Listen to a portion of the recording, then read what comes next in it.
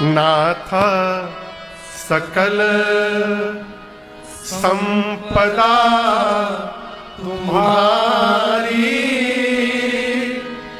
मैं सेवक समेत सूत नारी।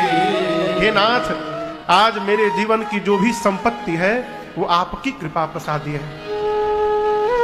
और मैं, जगत मुझे राजा भले कह रहा हो, चक्रवर्ती भले कह रहा हो, लेकिन मैं आपसे एक निवेदन करना चाहता हूं प्रभु, आज आपके सामने अपने परिवार के साथ जो खड़ा है वो चक्रवर्ती महाराज नहीं है, वो दशरथ आपका सेवक है।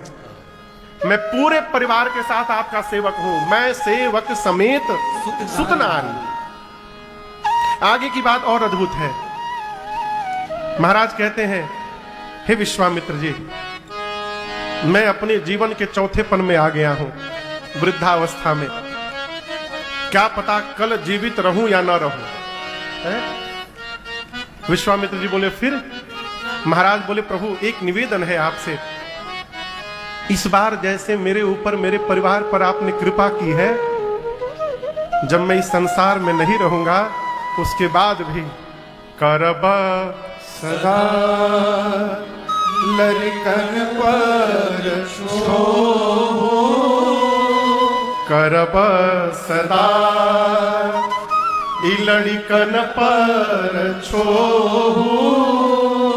और जब तक मैं जीवित हूं दर्शन देता रहमुनि मोह। ये इतनी अद्भुत बात है महाराज दशरथ की। बोले, मैं जब नहीं रहूंगा उसके बाद भी मेरे परिवार पर कृपा दृष्टि बना के रखिएगा। करब सदा लड़कन पर, और जब तक मैं जीवित हूं यदा कदा आ करके मुझको भी दर्शन देते रहिएगा। ये मेरी आपसे प्रार्थना है।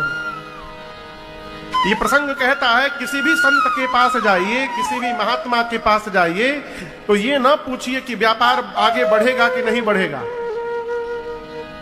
ये ना पूछिए कि मकान के लिए जमीन लेने वाला हूं, रजिस्ट्री होगी कि नहीं होगी। पूछना है तो पूछिए, महाराज भगवान की याद कैसे बने रहे। कितने भी विपत्ति जीवन में आ जाए, भगवान पर से विश्वास कम न हो, इसका क्या उपाय है महाराज? क्या व्यवहार है?